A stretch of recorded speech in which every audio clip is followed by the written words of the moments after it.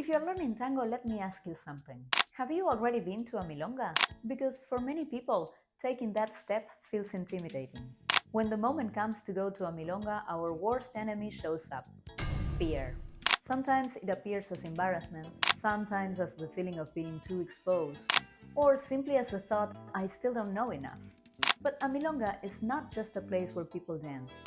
It is a social ecosystem, a place where people of different ages, backgrounds, and levels of experience share the same floor.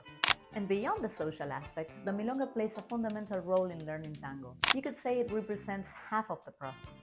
The class is the lab, but the milonga is the real world. And sooner or later, learning tango asks us to dare a little.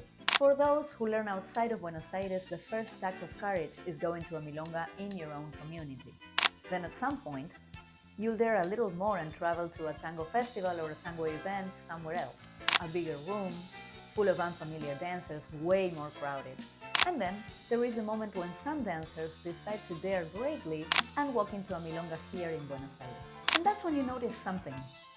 Between tandas, people speak a little Spanish, a little English, a little of whatever language happens to appear. But when the music begins, none of that matters.